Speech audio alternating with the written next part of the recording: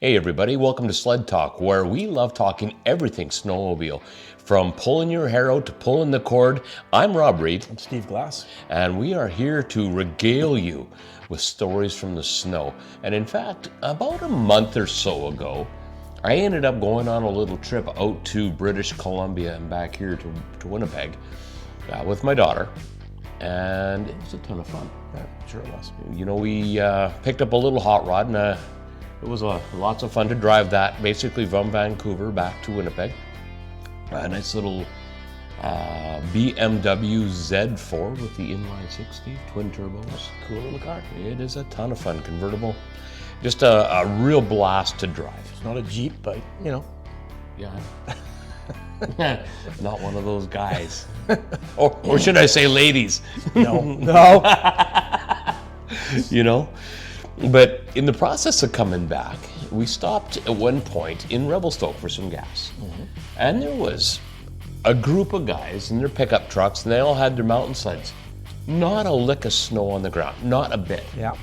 And I said, what's going on over there? And Tanya, of course, she's very excited about snowmobiling too. We're looking at it. And they couldn't be going riding, but why would 10 or 12 guys with all these sleds be converging at a gas station, getting a bite to eat, and looking like they're going on a ride? Mm-hmm. So I went over and chatted with them. And? I said, so what are you guys doing? And he says, we're going for a ride. I said, where? It was up there. Oh, okay. And pointed to the top of a mountain. He says, yeah, it's a couple hours, and they had lived, I guess, a couple hours away. So they'd put some time into getting where they were going. Yeah. But they were going up the hill, and they all had the mountain sleds. Right. And set up to really go. It looked like they were going to go have a great time. But it sure was nice to see snowmobiling getting going that early, because that was, I'm going to say early November. Right. I did that ride. And like I say, ton of fun zipping across Canada. Although I will say this for anyone that lives in BC, driving a car with summer-only tires and driving under those signs that say winter tires only by law from October 1st to April 1st, got me nervous. Yeah. But we got through that area pretty quickly. Without any trouble, without any snow on the ground or ice or icy patches. And by the time we hit Alberta, and that was 18 degrees in Alberta. Nice. It was beautiful. I mean, what a great ride, and what a great time with my daughter for us to spend some time together. So good on you guys out in BC, getting out and getting some riding going early on. Live it up. Have a great time. Did you know, Steve? Yes. That last year you and I did a show called E-Sleds and Articat. Okay. That was one of our episodes. Right. Do you remember that? I remember, yeah. Okay. We talked about a number of different sleds, E-Sleds. We really got into the E-Sleds, and I think it would be worth your while to go back and listen to it.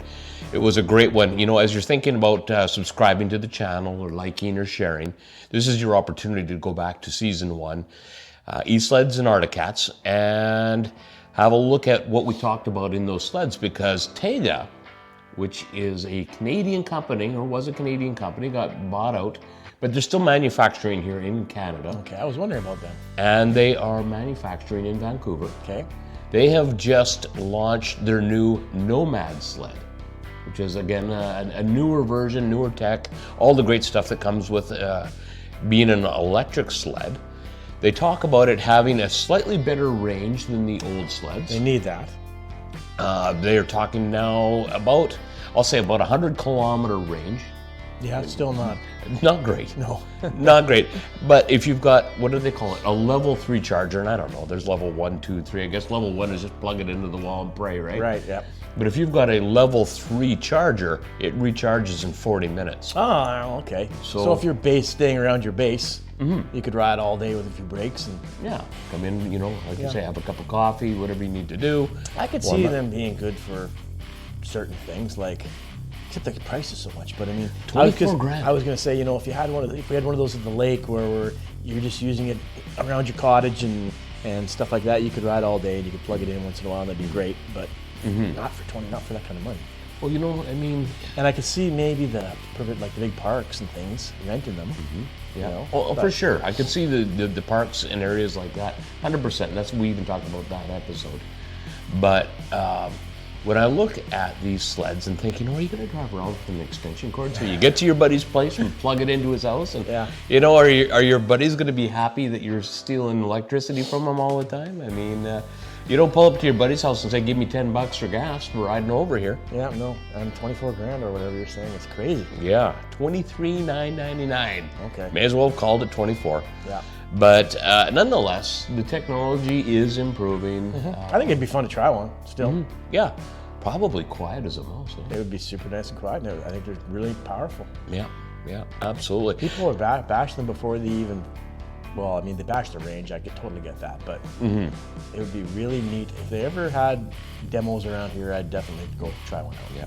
Well, they talked about the torque and the power. Yeah. Apparently, these things are really zippy. Yeah. It's just you don't have a huge range on them. Exactly. Yeah.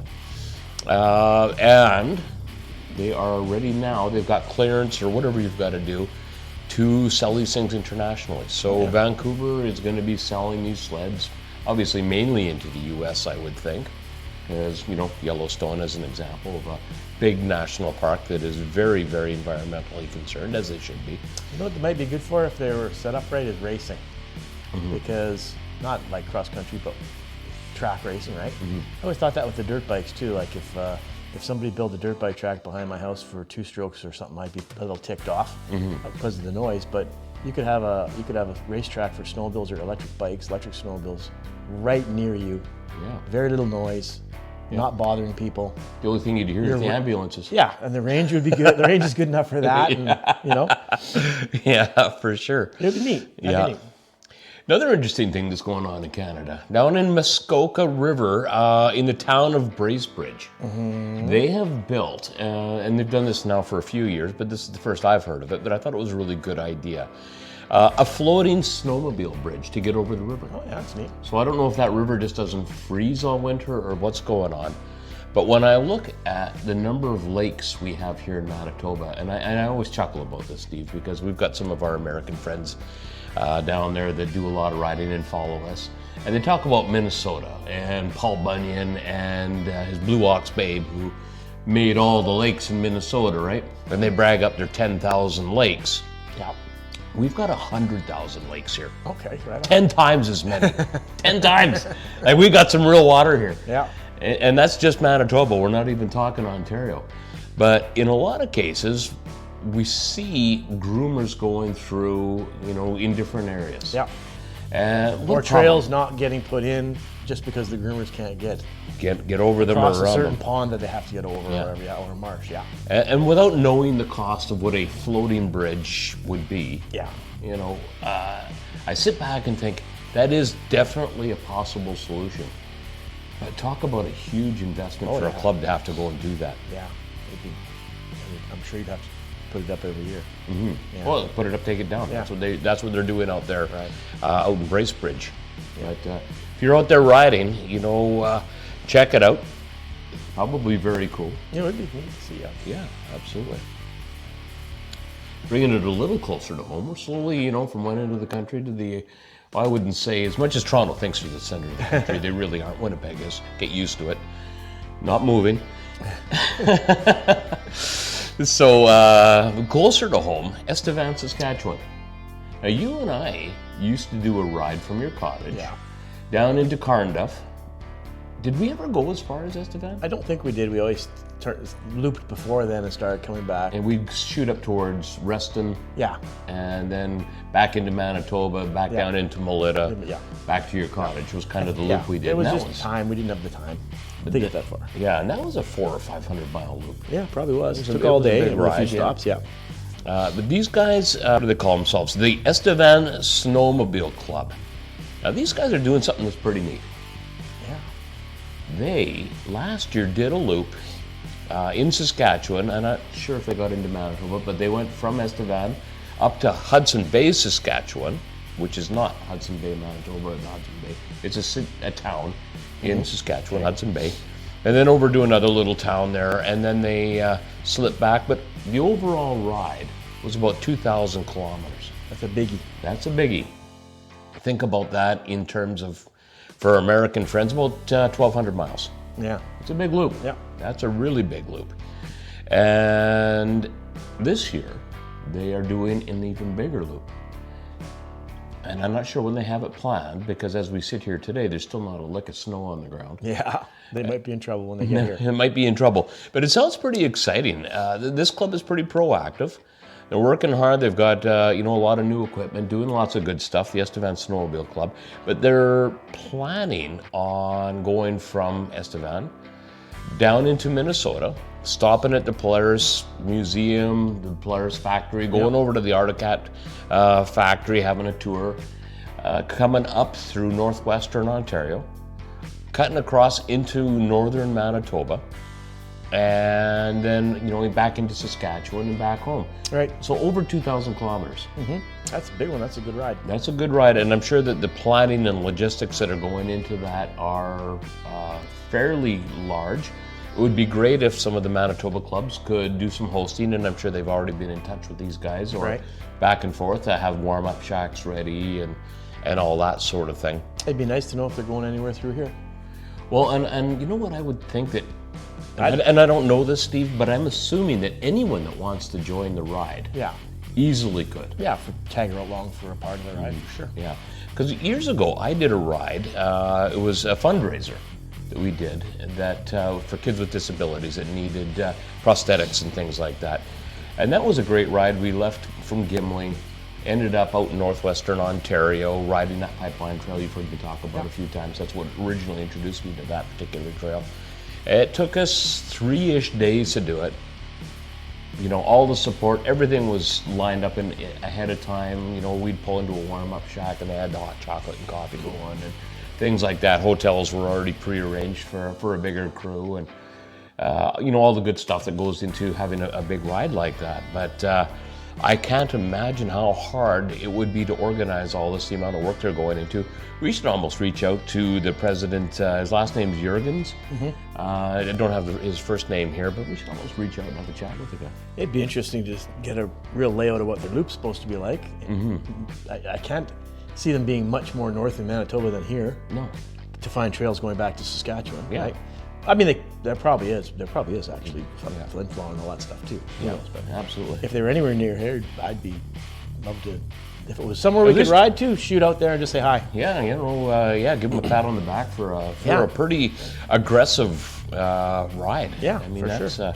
That's a big one. Yeah. So good on you guys. Anyone that's interested in looking into this a little bit more, or possibly joining them, and I don't know if you need to be a club member to go on the ride. I doubt it. Well, probably just need to pony up the cash. I'm thinking you just could hook up and ride from this point to this point, if you wanted to join them, but if you wanted to join them for what looks to be a pretty major ride, I'm sure it's kind of a more the merrier sort of thing. But don't show up the day they take off. So that's the Estevan Snowmobile Club in Estevan, Saskatchewan. Good on you guys. I'm really impressed with the enormity of this kind of a ride. Yeah, for sure. Something that we, speaking of rides and long places, something we don't talk about enough. And maybe we should do a shout out. And what I'd really love to hear from is the people that are watching and commenting, and the feedback that we are always getting is, what are the best restaurants to stop in when you're out on a ride? Okay. So, you and I have a few favorites. Yeah. And, I'll throw out, say, Fridays in Toulon. Yeah, I love that. Is a good It's one. a nice little riding destination. You've got, I think, another one. Rosie's in Inwood. Rosie's in Inwood. Darn good burgers and stuff there. Yeah. MTT. MTT is just a standard. Yeah. Gas. Well, you can get gas and everything else there. Yeah. Yeah, but they've got the full restaurant and a whole bit. For around here, yeah. If you wanted to go in and have a beer with your hamburger, they've got that. Yeah. So at MTT, actually, so does Fridays. Most of these places have that. But it would sure be nice to hear some of the best places to go, because you and I did a ride, I'm going to say 2 years ago. There was a bunch of us. Tanya was with us. Can't remember altogether who was there. There was about 5 or 6 of us. And we'd ridden out to Portage La Prairie. And when we got to where we thought the restaurant was, it was closed. And the trail didn't really take you into town at all. No. Like it just popped you out at the gas station outside of town. Yeah. And I'm sure there was ways to get into the restaurants in town, but we didn't know. We didn't know, so we kind of turned around and ended up somewhere else. I can't even remember where now. But Like there's some nice restaurants in Portage Prairie for sure, if you could get into the backside of them somehow. Yeah, absolutely. and I'm sure there are, and I'm sure people could say, hey, if you'd gone this way, we could have hit the Boston Pizza or something like that. Or, Yeah, something. But you know what? It's always great to hear of these different small town restaurants. I know over the years, we were out in the Woodridge, with a different group riding one time. The hotel there had a great lunch. Grand Beach, Gimli, what's it? If someone points out a really good restaurant, that's just a reason to go for a ride, a destination. 100% it is. Let's get together. We're just gonna ride till we get to this restaurant, have lunch, and then screw around. Yeah, and then come back home. Yeah. And so you're bringing a little more money into that town. You're possibly buying gas, usually 3, 4, maybe more people. Yeah. So it's a nice little boom, but I mean, no one wants to go to a place that has a shitty hamburger. No.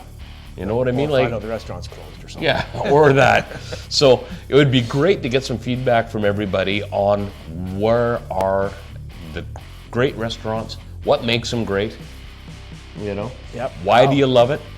Can you get right to them with your sled, no problem? Yeah, for sure. Drive right up. Is there fuel nearby? Yeah, that's always a concern, right? Yeah. Or are we going to gas up? Yeah. And for those of us that break down every once in a while, we need to make sure that there's maybe even a opportunity for the support crew to show up. I can't think of the last time I broke down, so you must be talking about somebody else. Well, you know what? We do have a pal that flamed out on us a couple times last year. Oh, okay. Yeah. And we'll let him go. It'd be nice if you could tow him to a nice restaurant and Yeah.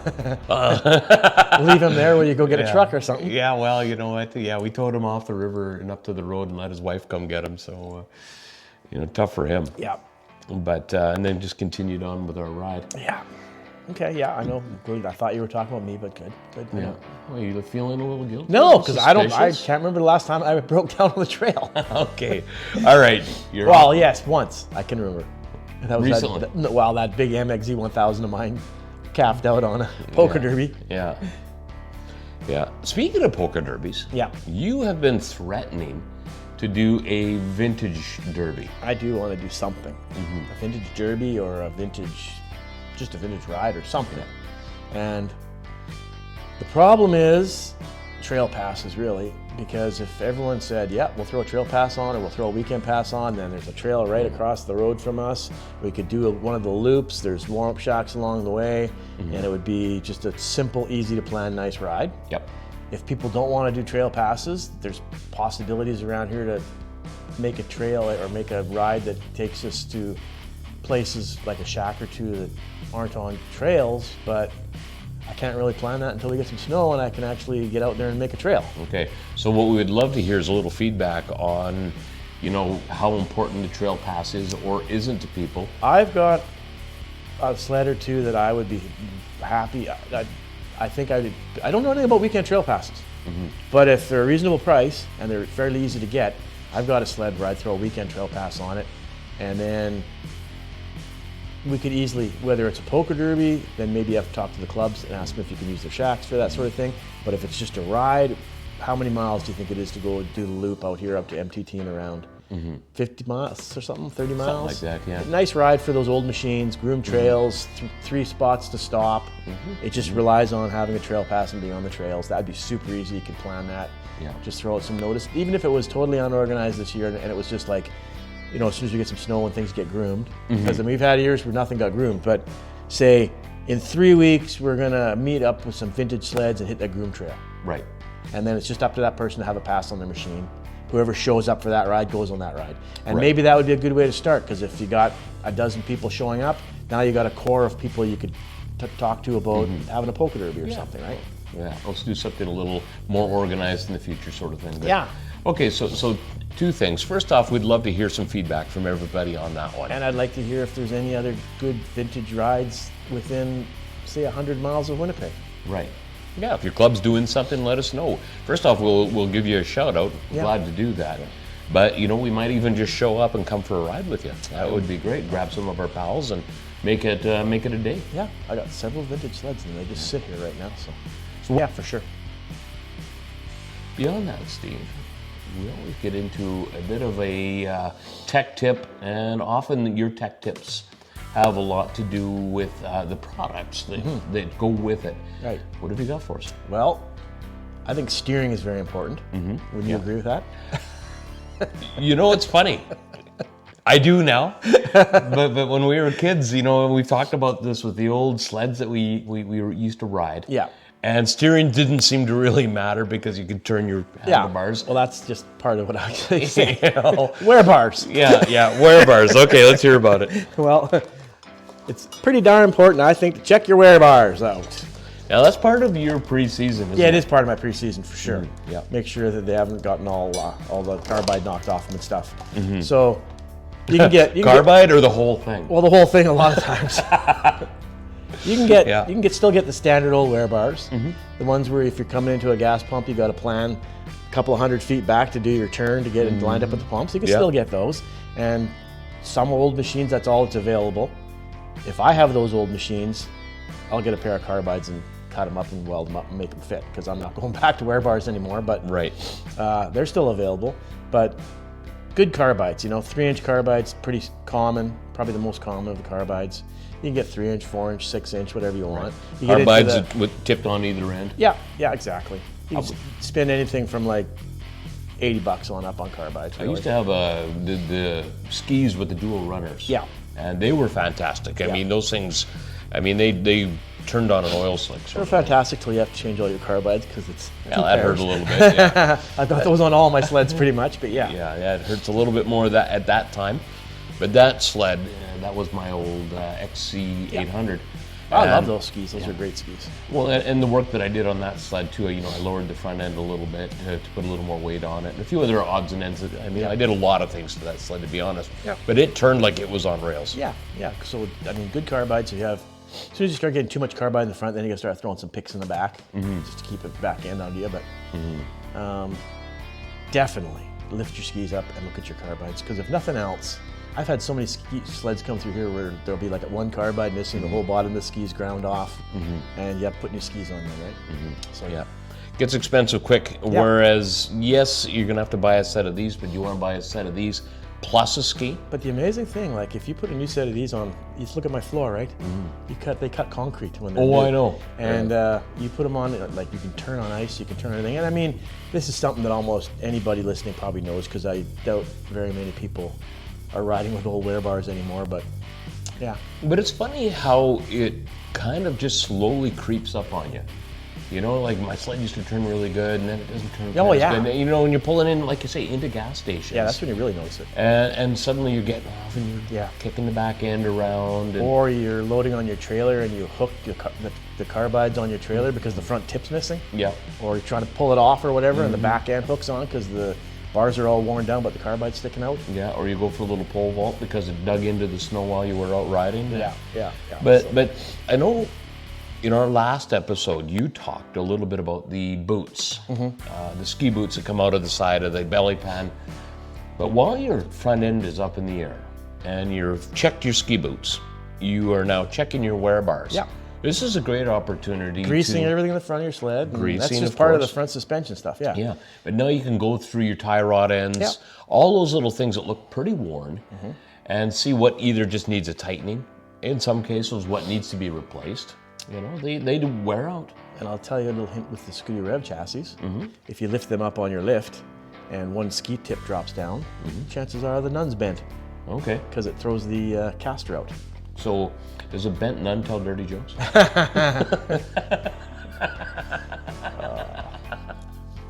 I'm not sure why I even call it a nun. Anyway. That's how I found mine. All right, okay. Yeah. That and one ski, when you go up to a garage door, was an inch back compared to the other one, but it doesn't affect it. They ride fine. So as much as you've brought out, I'll say this package. Yeah. Is this a package that you happen to endorse, or? Well, SPI is good stuff, and it's definitely the ones we sell, and it's reasonably priced. And it's just the standard 3-inch carbides. These are for Polaris, for that special thing back there, that really special snowmobile. Okay, you know what you meant about the special one? Lots of reasons it's special. And yet all I can see is two ski-doos behind us. The white one. All over there. The XCR off special. Camera. Yeah. Okay. So, And they're about $80 $80 a pair. So someone new to the 89 sport, bucks you're a talking about 3 inches of carbide. That's enough. And you've talked about, 4 up to 6, Yep. What does more carbide do? Like Just more aggressive steering. But if your steering's too aggressive, then generally you're not going to go over 3 or 4 inches of carbide if you have no picks or anything in your track. I don't ever run picks. These 3 inches turns you fine. They cost more for every inch of carbide. If you get up to like a 6-inch carbide, your steering's so aggressive that if you don't have picks, you're going to loop your sled around, right? Okay. And it makes it just harder to steer? It's going to be a little harder to steer. A little more tiring by the end of the day? But you can also adjust all that with the rear suspension, how much weight you put on your skis. You can take a lot of weight off your skis if you have carbides, right? Right. Because now you can turn. Back when we had wear bars, we used to tighten up our limiter straps and try to plant the fronts of our snowmobile so hard down it wasn't funny, so we could turn them. Yeah. And with a good pair of carbides, you can loosen up your steering and take all the weight off the front. I chuckled because even prior to that, before there was limiter straps, we had bogey wheels. Take out the front set of bogey wheels. Actually, they'd break out, and then you'd go holy crap, I can turn like crazy like this. And we went to those Canadian Tire lifters. Remember those steel plates? The spreaders and lifters. Spreaders. They would spread your ski stance and drop it. Yeah. And so put a little more weight on the ski. Yeah. But it also made your sled slightly more stable. So if you've got an old, vintage sled, true vintage. Yeah, true. Leaf springs. Yeah, leaf springs. That might be something to think about. I've got them on a few of mine too. All right. We saw those too. Okay, great tech tip. Yep. Steering and handling is so critical because sleds move so fast these days. We've talked about that in a number of episodes, and having control of your sled is so important because they can get away from you really quickly. And there's nothing worse than dragging the back end around trying to turn a set of gas pumps. Well, especially when you're not 20 anymore, right? Lifting the back of a sled just isn't as much fun as it used to be. Not at all. Yeah, for sure. So good carbides for sure. Yeah. All right, Steve. Well, you know what? Snowmobiling is all about performance. And Performance Supply is all about making sure you have a great snowmobile season. Thanks for listening in again. As I've said many times, like, share, follow. You're looking at me, but I don't know. Like, share, follow. Yeah. Subscribe. Comment. Comment, yeah, we love the feedback. And thanks for tuning in. We'll see you soon. Thank you.